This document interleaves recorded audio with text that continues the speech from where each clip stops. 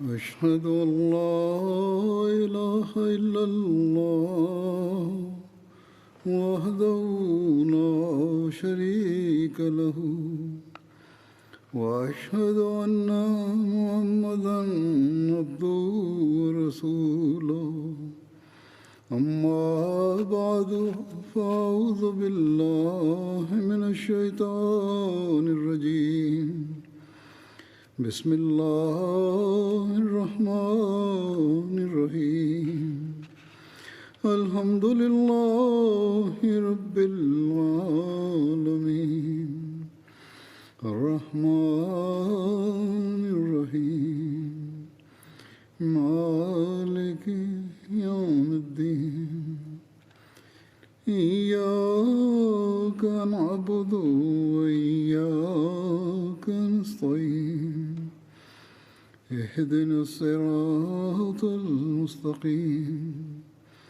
صراط الذين أنعمت عليهم غير المغضوب عليهم ولا الضالين.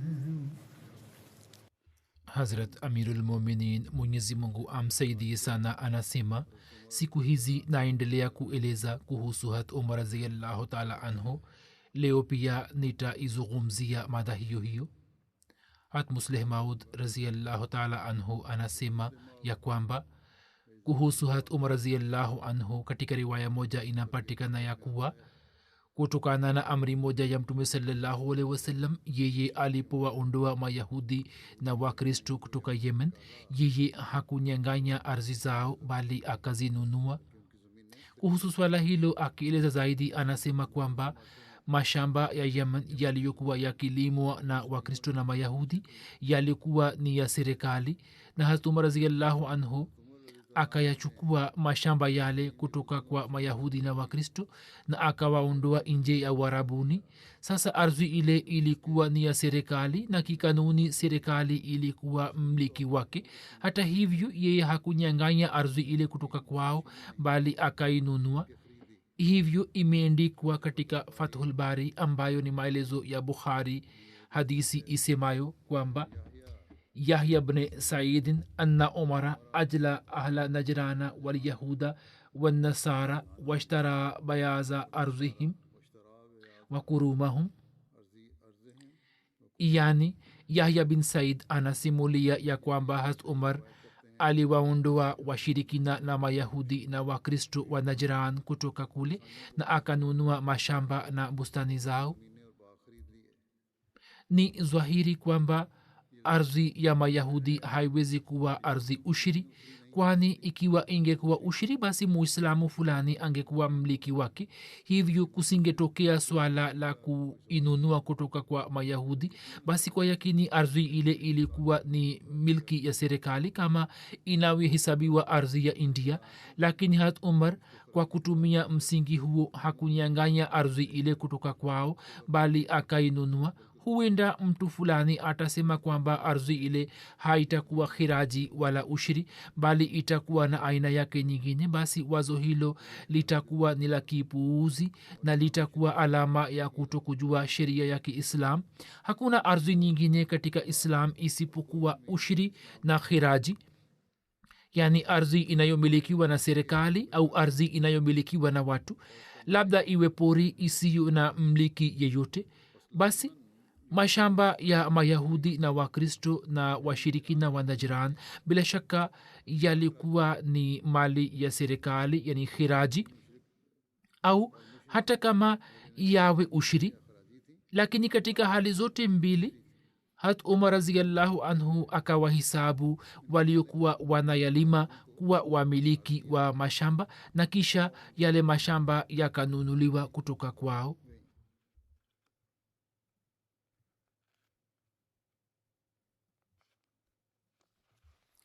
Hazrat Musleh Maud radhiyallahu ta'ala anhu akieleza makatazo ya kumfanya mtu kuwa mtumwa katika Islam isipokuwa mahabusu wa kivita tu, anasema ya kwamba Mwenyezi Mungu anasema ya kuwa turiduna ardha dunia, kwamba eni Waislamu, je, mnataka kama watakiavyo watu wengine kwamba nyini mkiwakamata watu wa kaumu zingine muongeze uwezo na nguvu zenu.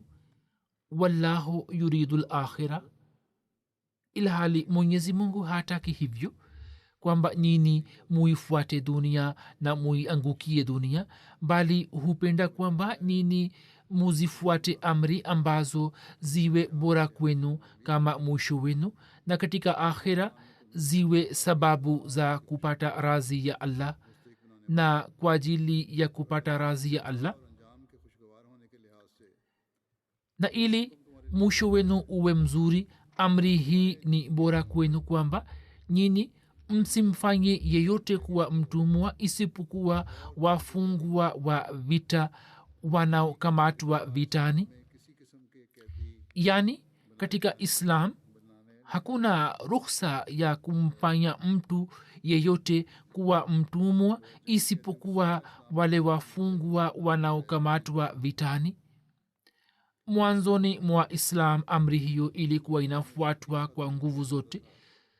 safari moja katika zama za ukhalifa wa Hazrat Umar radhiyallahu ta'ala anhu, kundi moja la watu wa Yemen walimjia na wakamweleza malalamiko yao wakisema kuwa kabla ya islam wakristo walikuwa wametufanya kuwa watumwa na bila kutokea vita yoyote, waila sisi tulikuwa huru, hivyo sisi tupatiwe uhuru kutoka utumwa huo.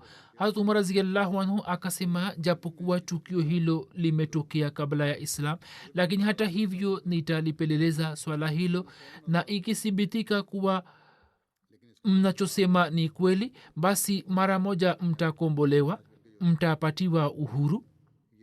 Lakini kinyume chake, huzur anasema kwamba hapo hatmusleh maud anafanya malinganisho baina ya mafundisho ya islam na hali ya ulaya, akisema kuwa upande mmoja hayo ni mafundisho ya islam ambayo Hazrat Umar akayasimamisha, na kinyume chake kinachotokea katika ulaya ni kwamba ulaya kwa ajili ya kustawisha biashara na kilimo chao ikaendelea na imeendelea kuendeleza utumwa hadi mwanzoni mwa karne ya 19. hakuna shaka ndani yake kwamba kwa kupitia historia ya islam tunapata kuelewa kuhusu utumwa usiohusika na islam, lakini hatupati habari yoyote ya kupata maendeleo ya kibiashara au ya kiwanda au ya kiviwanda kwa kuwatumia watumwa. yani hakuna wazo lolote la aina hiyo katika islam. safari moja katika zama za Hazrat Umar kulitokea ukame mkali uliokumba Madina na maeneo ya zungukayo. upepo mkali ulipokuwa unavuma, vumbi ilikuwa inaruka kama majivu. hivyo kwa sababu yake mwaka huo ukapewa jina la Amur Ramada, yani mwaka wa majivu. Aus bin Haris anasimulia kutoka kwa babake kwamba mwaka huu ukapewa jina la Amur Ramada, yani mwaka wa majivu, kwani ardhi yote kutokana na kutokunyesha mvua ikashika rangi nyeusi na kama majivu, na hali hiyo ikaendelea kwa miezi 9. Hizam bin Hisham anasimulia kutoka kwa babake kwamba mna mwaka 18 wa hijra watu waliporejea kutoka hija wakakabiliana na shida kali. ukame ukasambaa nchini, wanyama wakafa na watu wakaanza kufa na njaa, hadi wakisaga mifupa iliyochakaa na kutia unga wake majini wakaanza kunywa, na kwa kuchimba mashimo ya mapanya wakaanza kutoa kilichomo ndani mwake. imesimuliwa na Hazrat Ibn Umar radhiyallahu anhu ya kwamba mwaka huu Hazrat Umar bin Khattab akamuindikia Hazrat Amr bin As barua akisema kwamba kwa jina la Allah mwingi wa rehema mwingi wa ukarimu, kutoka kwa mja wa Allah Umar Amirul Mu'minin kwenda kwa Asi bin Asi, amani iwe juu yako. ama baad, je wataka kuniona mimi na watu waliopo kwangu tukifa, ilhali wewe na watu waliopo kwako muwe wazima? je kuna msaidizi yeyote? hivyo Hazrat Umar akaandika kwa mara 3 msaada msaada msaada. Hazrat Amr bin As akitoa jibu lake akaandika kwa jina la Allah mwingi wa rehema mwingi wa ukarimu.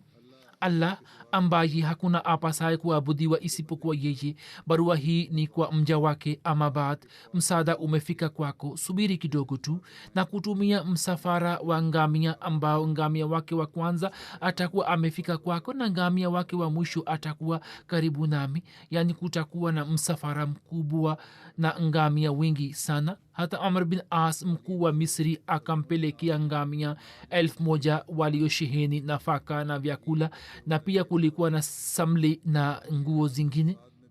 mkuu wa iraq hasad akatuma ngamia 3,000 waliokuwa wamebeba vyakula na mazao mbalimbali, na pia kulikuwa na nguo na kadhalik.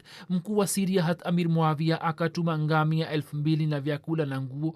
msafara wa kwanza ulipowasili, hat umar bin khattab raziallahu anhu akamwambia hat zubair bin awam kwamba wewe uzuie msafara na uelekeze upande wa watu wa badia, yani waishio vijijini, uwaelekeze ngamia kwao na ugawe kati yao. wallahi baada ya kupata bahati ya kukaa na mtume sallallahu alaihi wasallam utakuwa hutapata kitu kilicho bora kuliko hicho.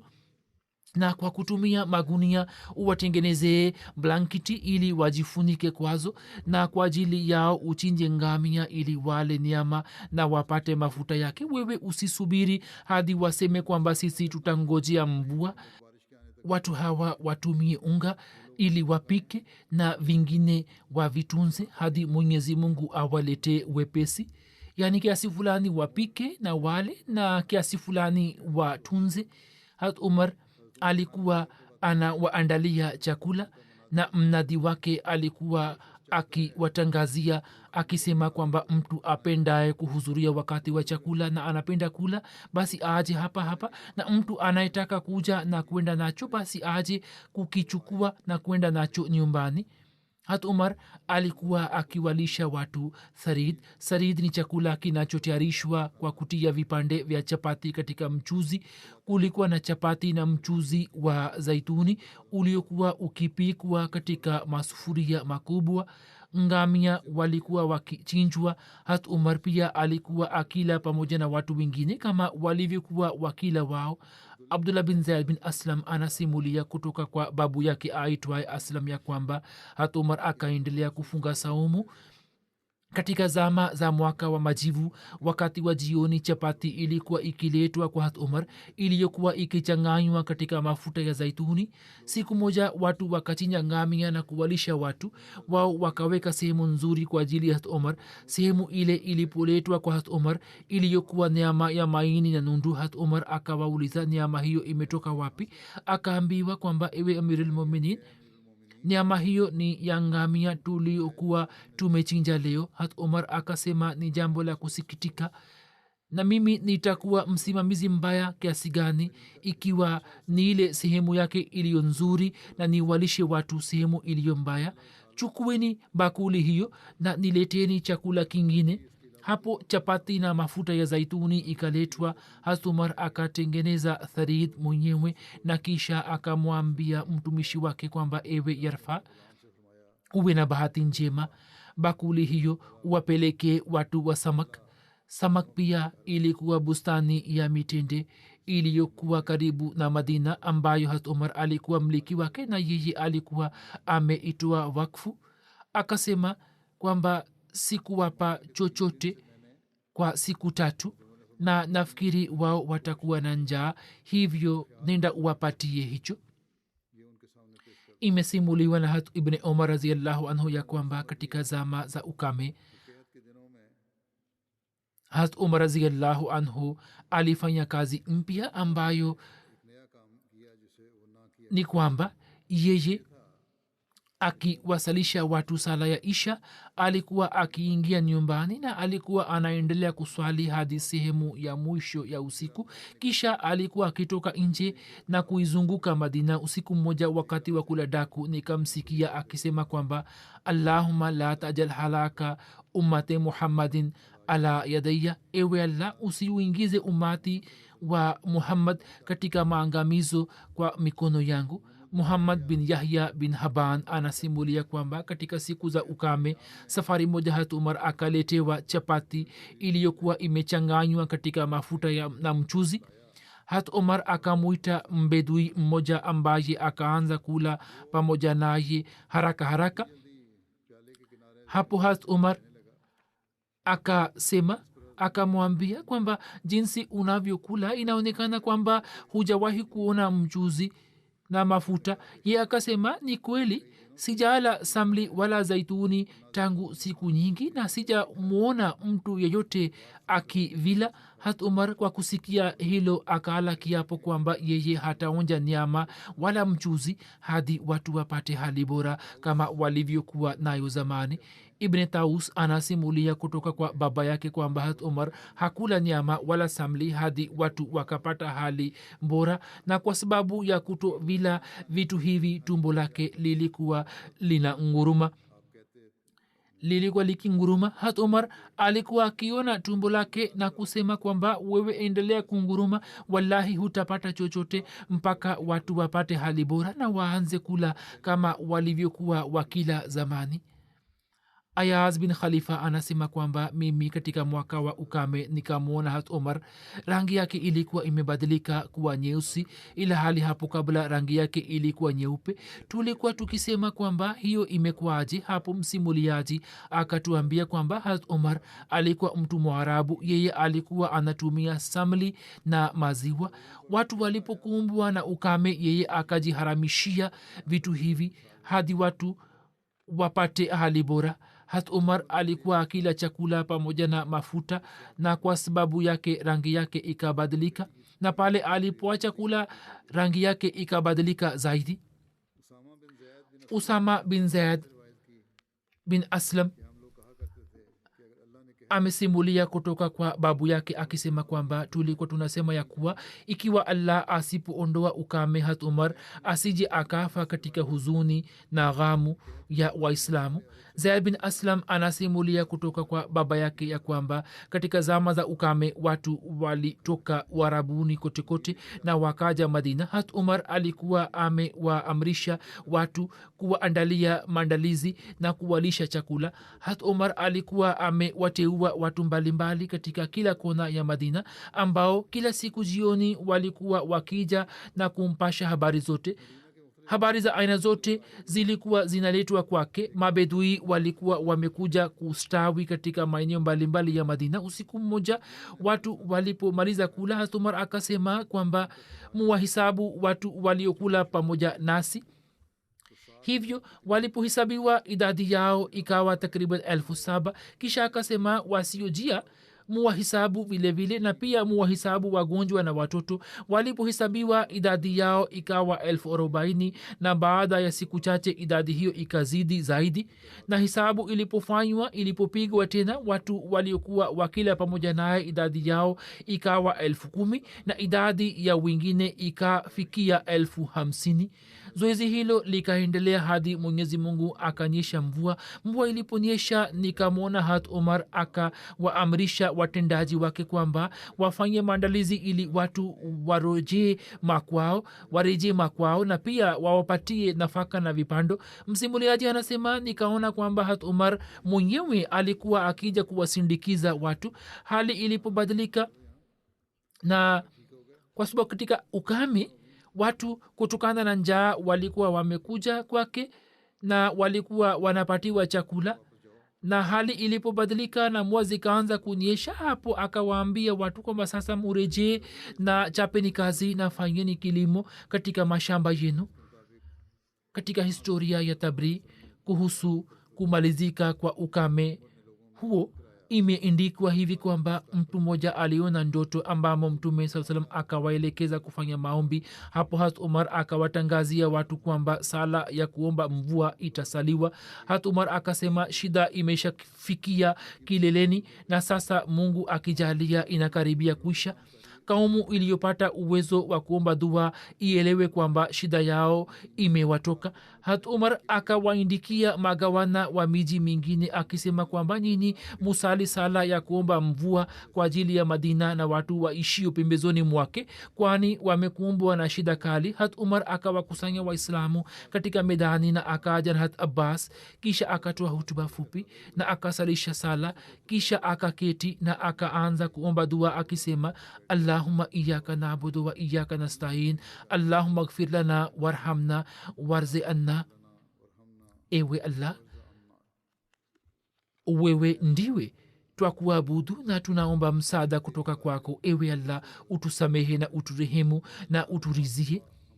Kisha Hazrat Umar akarejea nyumbani, na alipokuwa njiani tu mvua ikaanza kunyesha kwa wingi, na kutokana na mvua medani ikafurika na maji na ikapata sura ya mto. Sawa na riwaya moja, Hazrat Umar akiomba dua akasema, ewe allah, katika zama za mtume wako sallallahu alaihi wasallam tulipokuwa tukipata ukame tulikuwa tunakuomba dua kwa kumpitia nabii wako, nawe ulikuwa unatunieshia mvua. Leo tunakuomba kwa kumpitia baba mdogo wa nabii sallallahu alaihi wasallam, basi utuondolee ukame huo na utunieshie mvua. Hivyo watu walikuwa bado hawakutawanika, ndipo mvua ikaanza kunyesha. Kuhusu msikiti wa unabii na kutandika humo mikeka, Abdullah bin Ibrahim anaeleza kwamba mwanzoni watu walikuwa wakisali juu ya sakafu au juu ya vumbi tu, kisha mikeka ikatandikwa humo. Kuhusiana na hilo imesimuliwa na Abdullah bin Ibrahim ya kwamba mtu wa kwanza aliyetandika mkeka katika msikiti wa unabii alikuwa ni Hazrat Umar bin Khattab. Mwanzoni watu walipokuwa wakisujudu walikuwa wakipangusa vumbi kutoka mikono yao. Hapo Hazrat Umar akatoa amri ya kutandika mikeka iliyokuwa imeletwa kutoka Akik na ikatandikwa katika msikiti wa unabii. Akik pia ni bonde moja linaloanza kusini magharibi mwa Madina na limeenea hadi kaskazini mashariki mwa Madina katika maeneo ya takriban kilomita 150 na ni bonde kubwa sana. Katika zama za Hazrat Umar na mwaka 17 hijra msikiti wa unabii ulikuwa umepanuliwa.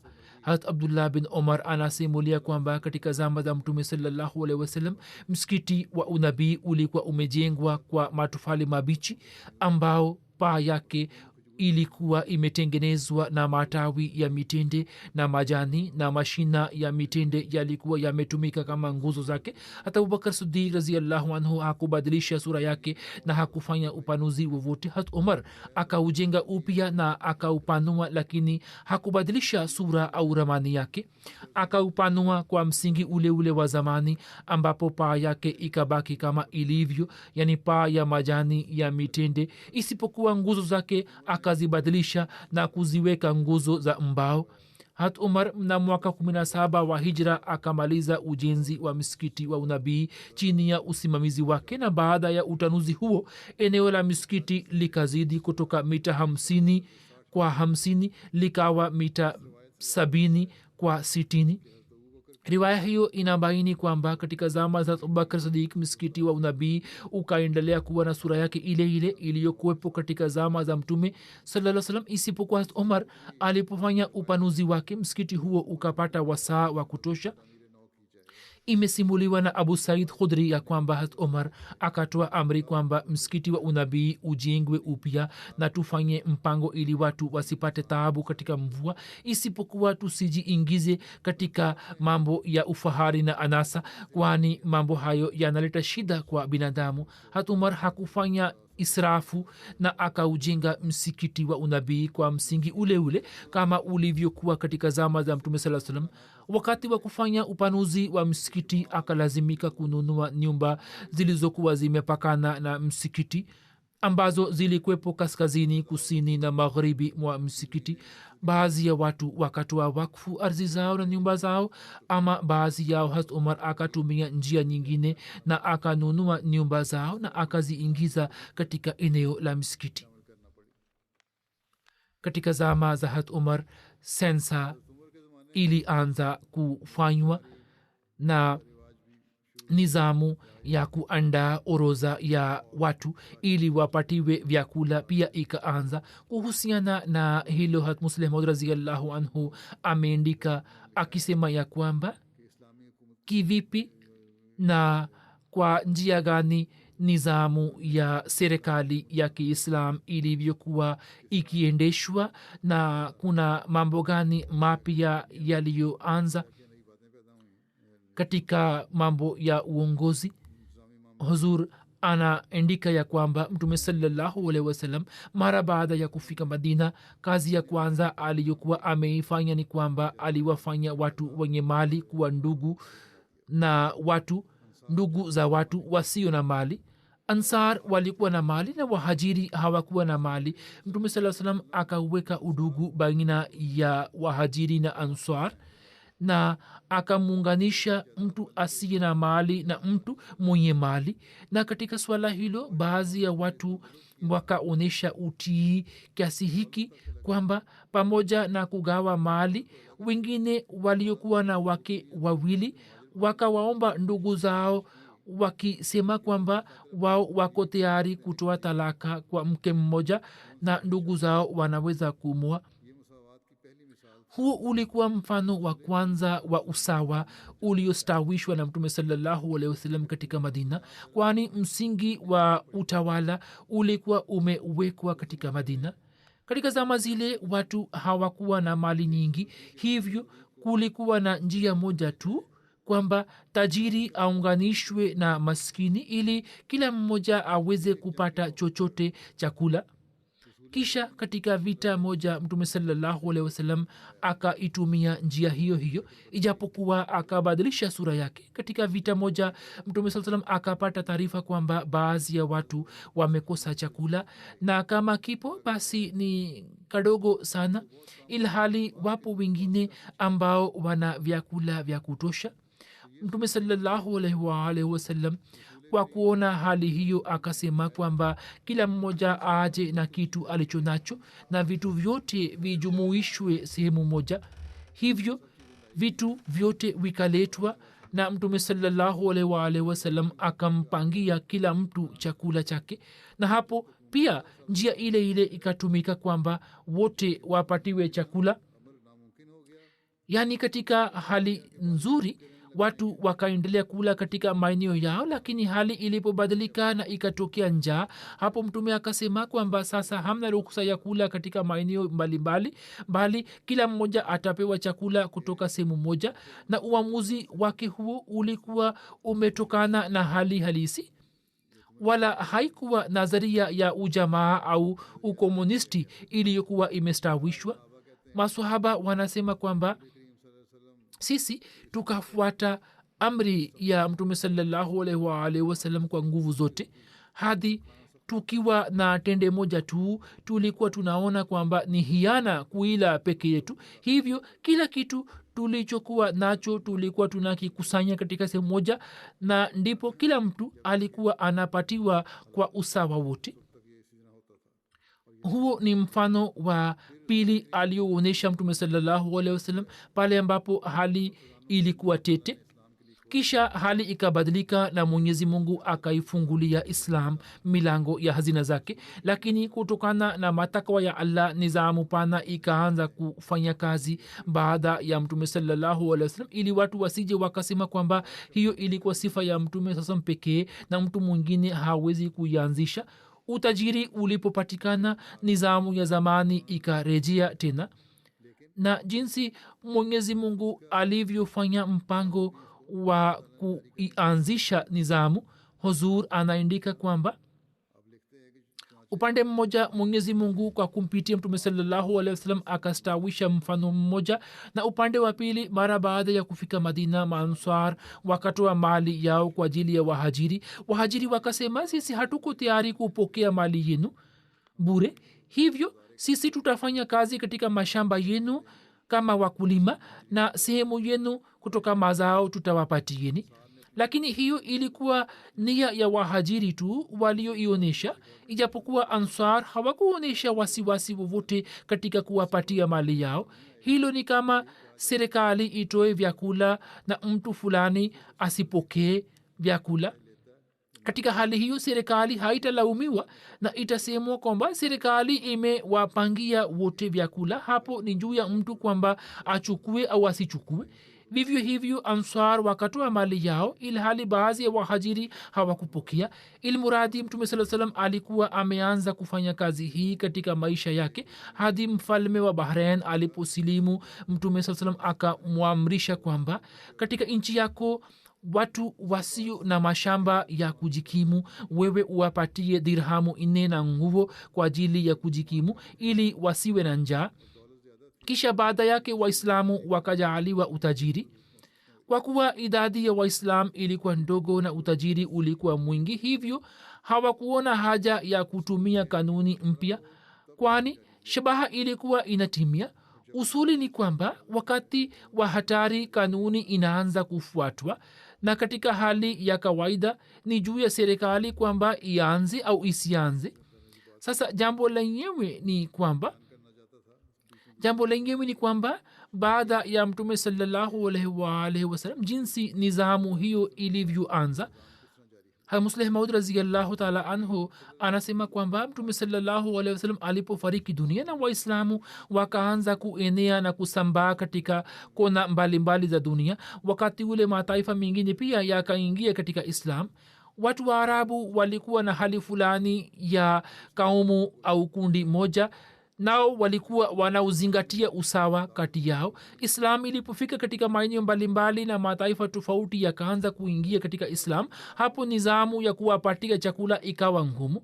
Kisha Hazrat Umar akaleta nizamu ya sensa na akastawisha nizamu ya kuandaa orodha ili wapatiwe chakula, nizamu iliyoendelea hadi enzi ya Banu Umayya. Wanahistoria wa Ulaya pia wanakubali kwamba sensa ya kwanza ilikuwa imefanywa katika zama za Hazrat Umar radhiyallahu anhu. Nao wanakiri ya kwamba shabaha ya sensa hiyo haikuwa ya kunyang'anya mali kutoka wananchi, bali ilikuwa imefanywa ili waandaliwe chakula, na serikali inafanya sensa ili watu watoe huduma zao na waitumikie jeshi. Lakini Hazrat Umar hakufanya hivyo, hakufanya sensa kwa shabaha hiyo, bali akasimamia sensa ili watu wawezeshwe chakula na iangaliwe kwamba watu wako wangapi na kiasi gani chakula kinatakiwa kiandaliwe kwa ajili yao.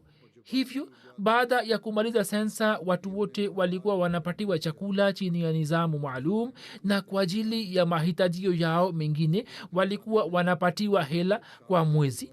Na katika swala hilo walikuwa wanazingatia sana kwamba wafanye kazi kwa uangalizi mkubwa, kiasi kwamba katika zama za Hazrat Omar Syria ilipotekwa na mafuta ya zaituni yakatoka huko, na kila mmoja akaanza kupewa mafuta ya zaituni. Siku moja Hazrat Umar akawaambia watu kwamba kutokana na kutumia mafuta ya zaituni tumbo langu lina vimba, yani nikitumia zaidi tumbo langu lina vimba, hivyo muniruhusu kwamba mimi niweze kuchukua samli kutoka Baitul Mal sawa na bei yake na zetuni.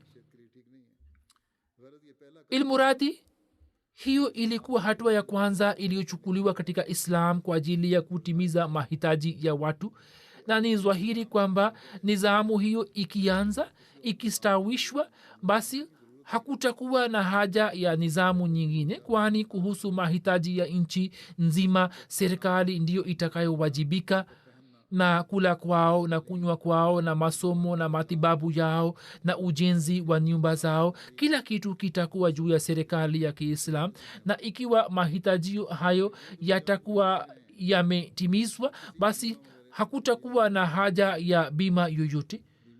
Watu wanafanya bima ili waache chochote kwa ajili ya watoto wao, au wasipoweza kuchuma uzeni basi waweze kutimiza mahitaji yao. Sasa serikali ikibeba mzigo huo, hapo hakuna haja ya bima yoyote. Kisha Musleh Maud anasema kwamba lakini watu waliokuja baadaye wakaanza kusema kwamba hii ni juu ya matakwa ya mfalme, kwamba akipenda atoe au asitoe ni juu yake tu. Na kwa kuwa mafundisho ya Islam yalikuwa bado hayajaanza kufuatwa kikamilifu, hivyo watu hawa wakaelekea kufuata njia za Kaisari na Kisra kama wafalme wengine walivyokuwa wanafanya, nao pia wakaanza kufanya.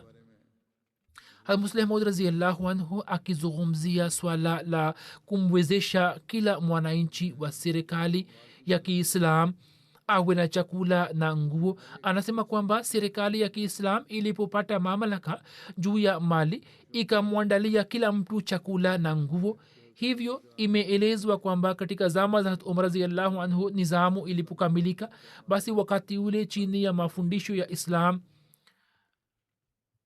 kumwandalia kila mwananchi chakula na mavazi ilikuwa wajibu wa serikali nayo ilikuwa inatimizwa kwa uaminifu wote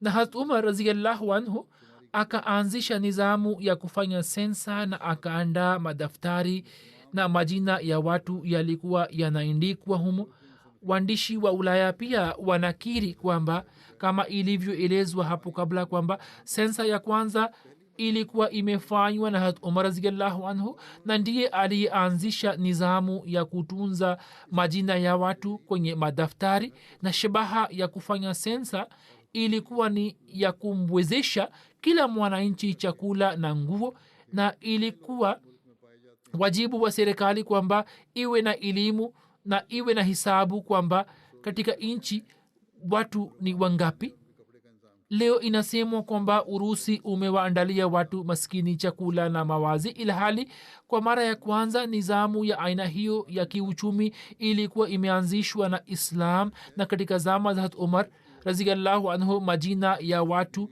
toka kila kijiji na kila mji yalikuwa yanaandikwa katika daftari na idadi ya watoto wa kila kaya ilikuwa inaandikwa na kisha kila mmoja alikuwa amepangiwa chakula kiasi fulani ili wanakula kidogo waweze kujikimu na wanakula zaidi pia waweze kula sawa na njaa yao historia inatuambia kwamba mwanzoni mwa zama za ukhalifa wake hukumu zilizotolewa na hazrat umar katika hukumu zake watoto wenye kunyonya walikuwa hawakupewa kipaumbele nao walikuwa wanapatiwa nafaka au matumizi pale ambapo mama zao walikuwa wakiwaachisha ziwa kama katika hutuba iliyopita nilikuwa nimeeleza kwamba usiku mmoja hat umar alikuwa anazunguka mitaani ili kujua hali ya watu ndipo akasikia sauti ya mtoto kulia kutoka hema moja hat umar akasimama na kungoja nje lakini mtoto hakutulia ilhali mama yake akaendelea kumbembeleza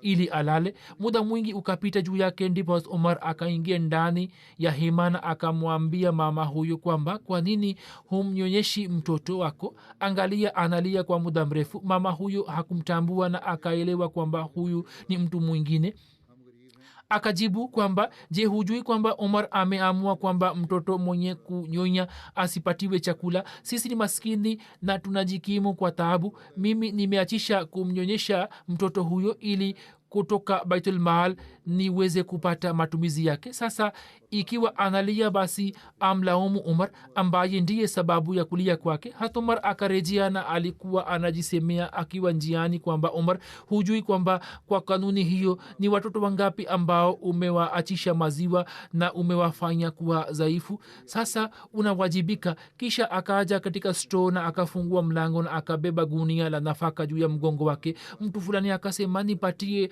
naibeba hata umar akasema hapana mimi nimekosea hivyo nitabeba mwenyewe basi akabeba gunia la nafaka na akamfikishia mama huyo na siku ijayo akatoa amri kwamba kila mtoto apangiwe nafaka yake tangu siku ya kuzaliwa kwake kwani mama yake anayemnyonyesha anahitaji chakula zaidi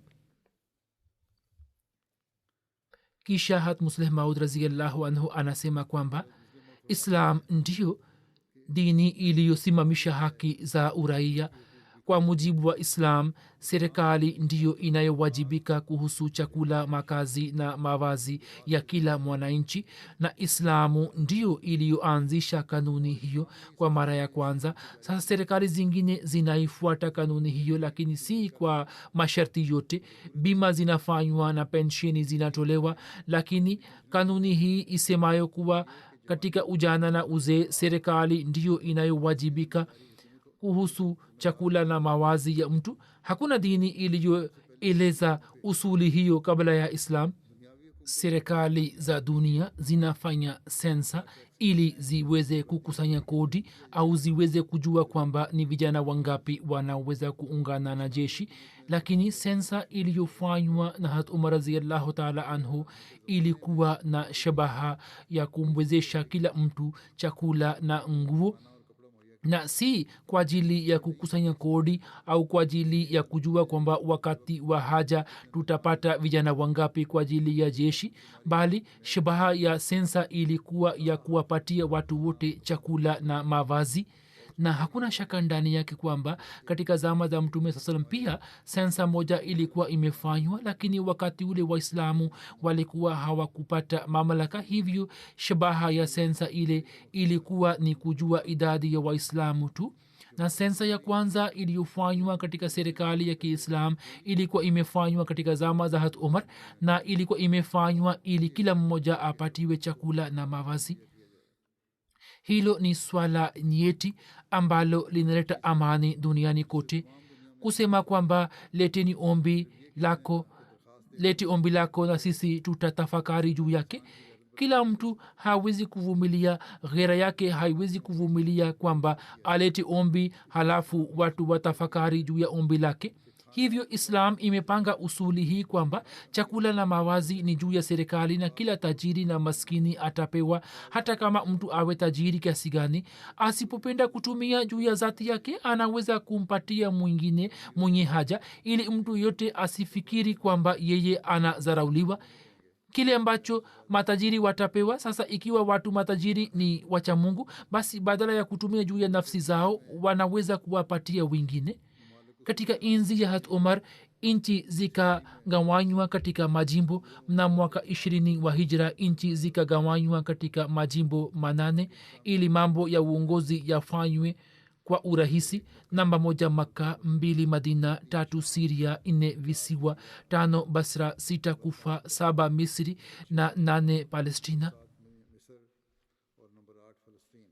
Kisha nizamu ya shura ilikuwa imeanza katika zama yake, na katika vikao vya shura wajumbe wa wahajiri na ansar walikuwa wanashiriki. Ansar pia walikuwa wamegawanika katika makabila mawili, Aus na Khazraj. Hivyo kutoka kila kabila ilikuwa ni jambo la lazima kwamba liwakilishe katika shura. katika vikao vya shura hat usman, hat ali, hat abdurrahman bin auf, hat muaz bin jabal, hat ubai bin kab, hat zaid bin thabit walikuwa wanashiriki.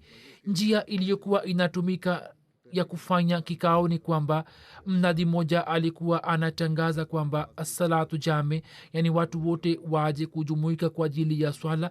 Watu walipokuwa wakijumuika, hat umar alikuwa akienda miskitini na kuswali zaka mbili, kisha baada ya swala alikuwa akipanda jukwani na kutoa hutuba, na hapo ajenda ilikuwa inawekwa mbele ya wajumbe wote na ilikuwa inajadiliwa katika mambo ya kila siku. Hukumu za majlis hiyo zilikuwa zinajitosheleza, lakini katika swala muhimu, mkutano wa wahajiri na answar ulikuwa unafanywa, na kwa raia wote swala hilo lilikuwa likitatuliwa. Mishahara ya wanajeshi, utaratibu wa maofisi, uteuzi wa watendaji, swala la biashara la kaumu za nje na kupanga kodi juu yake, ilmuradi mambo ya aina zote yalikuwa yanapangiwa katika shura. Vikao vya shura vilikuwa vinafanywa katika hali makhsus. Pia kulikuwa na majlis nyingine ambapo mambo ya kila siku yalikuwa yanaangaliwa na kujadiliwa katika majlis hiyo. Majlis hiyo ilikuwa inafanywa katika msikiti wa unabii, na maswahaba wahajiri tu walikuwa wanashiriki katika majlis hiyo. Habari za wilaya na mikoa za kila siku zilikuwa zinamfikia hat umar, na yeye alikuwa anazieleza katika majlis ile. Na kuhusu mambo mbalimbali, rai ilikuwa inachukuliwa kutoka kwa watu mbalimbali pamoja na wajumbe wa majlis shura. Watu wa kawaida pia walikuwa na uwezo wa kutoa rai yake. Viongozi wa mikoa na wilaya mara nyingi walikuwa wanateuliwa kwa matakwa ya wananchi, bali saa nyingine uchaguzi ulikuwa unafanywa viongozi walipoteuliwa katika kufa basra na siria, hat umar akatuma amri zake katika majimbo yote matatu akisema kwamba watu wa huko kwa ridhaa yao wamchague mtu moja moja na watume majina yao na wawachague watu waliowema na waaminifu. Katika swala la uteuzi wa watendaji, hasumar alikuwa anatoa mwongozo gani? Imeendikwa hivi kwamba kwa ajili ya nyazifa muhimu uteuzi wa viongozi ulikuwa unafanywa katika shura, na mtu ambaye wajumbe wote walikuwa wanaafiki juu yake, basi yeye alikuwa anachaguliwa. Saa nyingine alikuwa anamtumia mkuu wa jimbo au mkuu wa wilaya amri kwamba mtu anayefaa umchague na umtume. Hivyo watu hawa waliokuwa wanachaguliwa na wakuu wao, hasumar alikuwa anawateua kama watendaji. hasumar alikuwa amewapangia watendaji mishahara zaidi ili watu hawa waweze kufanya kazi kwa uaminifu na wasiwe na tamaa yoyote ya kidunia. hasumar alikuwa akiwa nasihi viongozi akisema kwamba kumbukeni kwamba sikuwatumieni kwa kuwafanyeni kuwa amiri au viongozi, bali nimewatumeni ili watu wawafuateni na nimewafanyeni kuwa imamu wao. muwe mnatimiza haki za waislamu na msiwazalilishe, msiwape adhabu, bali mujitahidi kutimiza haki zao. msimsifu mtu kwa sifa asiyo nayo ili wasipate fitina. muda wote milango yenu iwe wazi kwa ajili ya watu wenu, ili mtu mwenye nguvu asimdhulumu mtu aliye mnyonge, na msijipendelee juu ya wengine, kwani hiyo ni zulma. mtu aliyekuwa akiteuliwa kuwa mtendaji, ahadi ilikuwa inachukuliwa kutoka kwake kwamba yeye hatapanda farasi ya Kituruki, hatavaa mavazi mepesi, hatakula unga uliokobolewa, na hataweka mlinzi mlangoni, na kwa ajili ya watu wenye haja ataweka mlango wake kuwa wazi. Miongozo hiyo ilikuwa kwa ajili ya watendaji wote na ilikuwa inasomwa hadharani. Baada ya kuwateua watendaji, mali zao zilikuwa zikikaguliwa na alikuwa anahojiwa. Mtendaji alikuwa anahojiwa kuhusu mali yake, kwamba mali hiyo imetoka wapi, na asipoweza kutoa sababu sahihi, mali yake ilikuwa inajumuishwa katika Baitulmal. Watendaji walikuwa wamepewa amri kwamba wahudhurie katika hija, ambapo mahakama ya wazi ilikuwa inaandaliwa, na mtu akiwa na malalamiko kuhusu mtendaji fulani alikuwa anasikilizwa na shida zake zilikuwa zinatatuliwa. maswahaba walikuwa wanaenda kufanya upelelezi kuhusu malalamiko kuhusu watendaji, na baada ya kufanya upelelezi watendaji walikuwa wanatendewa sawa na sheria.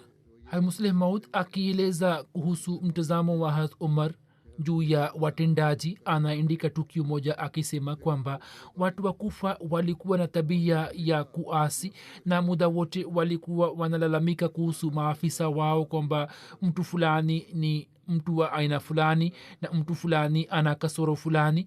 Hasumar muda wote alikuwa akisikiliza malalamiko yao na alikuwa akibadilisha maafisa na alikuwa anamtuma mtu mwingine. Baadhi ya watu wakamwindikia Hasumar kwamba njia hiyo sio sahihi, watu hawa wataendelea kuleta malalamiko na wewe usibadilishe maafisa mara kwa mara. Hasumar akasema kwamba mimi nitaendelea kubadilisha maafisa hadi watu wa Kufa wachoke wenyewe, lakini pale ambapo malalamiko yao yataendelea kupatikana. Hasumar akasema kwamba sasa mimi nitamteua mtu mmoja kwa ajili ya watu wa Kufa ambaye atawanyosha vizuri, ambaye alikuwa kijana mwenye umri wa miaka 19 aitwaye Abdurrahman bin Abi Laila. Watu wa Kufa walipojua kwamba kijana mmoja mwenye umri wa miaka 19 ameteuliwa kuwa gavana na amekuja, wakasema kwamba njoni tumtanie na tumzarau. Wao walikuwa na tabia ya kuasi. Wao wakakusanya watu wakubwa wenye kanzu na wakaamua kwamba twende kwa pamoja ili tuweze kumkaribisha Abdurrahman, na pia kama utani tumuulize kwamba wewe una umri gani. yeye atakapotoa majibu basi tutacheka juu yake na tutamdharau tukisema kwamba kijana huyu mdogo amekuja akiwa gavana wetu. kwa mpango huo huo wakaja nje ya mji ili wamkaribishe. upande wa pili abdurahman bin abilala akaja akiwa amepanda juu ya punda. watu wa kufa walikuwa wamesimama wakipanga safu, na katika mstari wa kwanza wazee walikuwa wamesimama. abdurahman bin abilala alipofika karibu, watu hao wakasema kwamba je, wewe umekuja kama gawana wetu na unaitwa abdurahman? akasema kwamba ndio. hapo mzee mmoja akaaja mbele na akasema kwamba bwana, umri wako ni miaka mingapi? abdurahman akasema kwamba umri wangu, mnaweza kupiga hisabu kuhusu umri wangu kwamba pale ambapo mtume sallallahu alaihi wasallam alipokuwa amemtuma usama bin zaid kuwa mkuu wa wanajeshi 10,000 na ndani yake hata abubakar na umar pia walikuwepo. sasa umri ambao usama bin zaid aliokuwa nao wakati ule, sasa hivi umri wangu ni mwaka mmoja zaidi kuliko umri wake. sasa kwa kusikia hayo wote wakajisikia majuto na wakarejea nyuma na wakaanza kusema kwa wengine kwamba maadamu kijana huyu yupo, nini msiseme lolote, waila huyu atawaniosheni vizuri.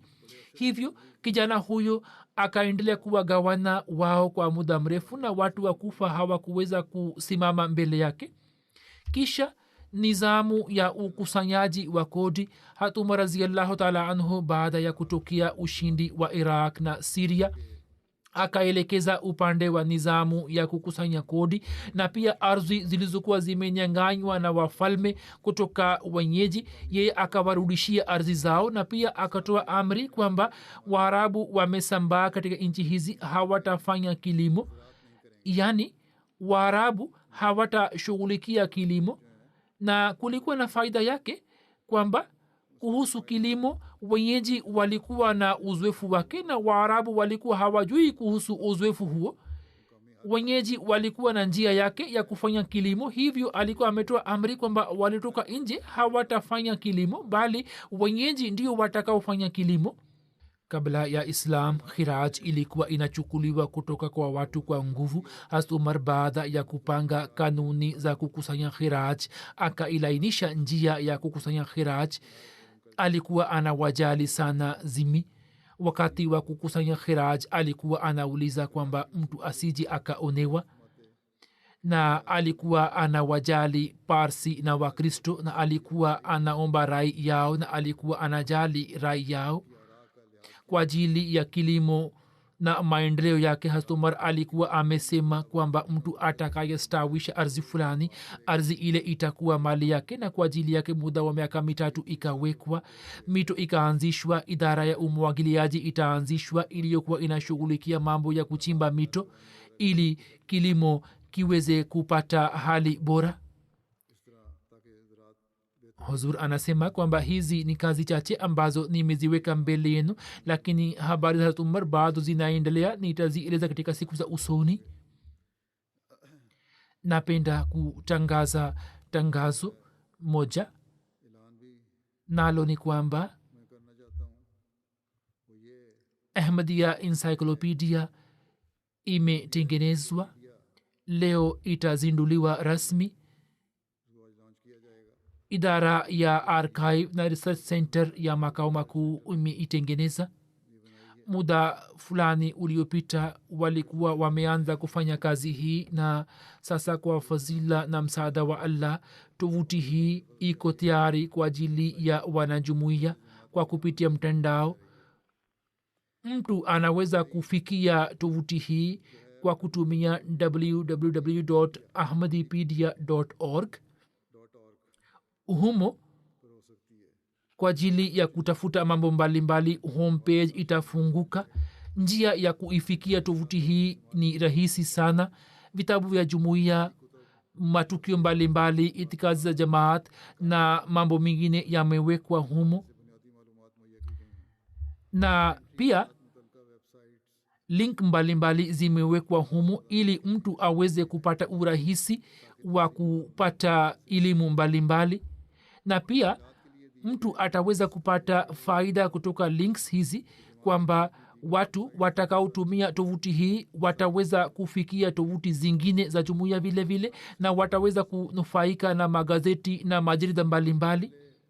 Pia wanajumuiya waliosambaa na walioenea dunia nzima, ikiwa wana elimu fulani kuhusu jumuiya ambazo hazijarekodiwa, basi katika tovuti hii kuna option moja inayosema kwa jina la changia, yani contribute. Sasa watu hawa kwa kutumia section hiyo wataweza kuchangia elimu yao na mashahidi zao, na sio maana kwamba wataweza kuweka wenyewe, bali kwa kutumia option hii ya contribute watawapatia viongozi wa tovuti elimu yao, na hapo baada ya kusadikisha na baada ya kupeleleza, basi vitu hivi vitawekwa humo, na mtu asipopata kitu anachokihitaji ataweza kuwasiliana na viongozi wake, na watu hawa wataweza kuweka mambo mbalimbali kwenye tovuti.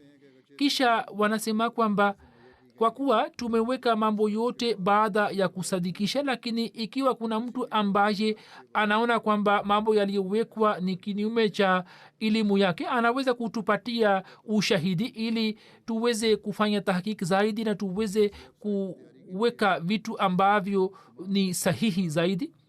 Kwa ajili ya kutayarisha tovuti hii, idara ya IT imefanya kazi kubwa, imefanya juhudi nyingi, na pamoja na wafanyakazi wa IT wapo wengine ambao wamejitolea kwa ajili ya kutayarisha mambo mbalimbali. Wabashiri wa idara ya archive na watu wengine waliojitolea wamefanya kazi kubwa, na katika hatua zote wamefanya kazi bila kuchoka. Mwenyezi Mungu awajalie wote waliofanikisha katika kutayarisha tovuti hii. Mwenyezi Mungu awajalie malipo mema, na baada ya swala ya Ijumaa inshallah nitaizundua rasmi.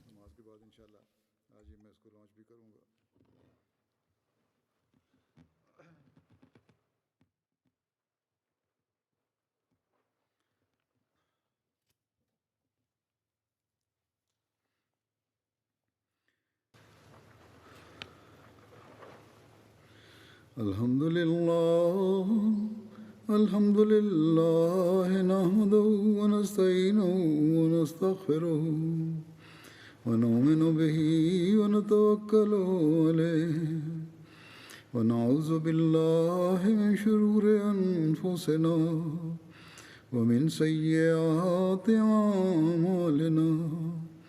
Man yahdihillahu fala mudilla lahu ومن يضلل فلا هادي له ونشهد أن لا إله إلا الله ونشهد أن محمدا عبده ورسوله. عباد الله رحمكم الله، إن الله يأمر بالعدل والإحسان وإيتاء ذي القربى وينهى عن الفحشاء والمنكر والبغي يعظكم لعلكم تذكرون. اذكروا الله يذكركم وادعوه يستجب لكم ولذكر الله أكبر.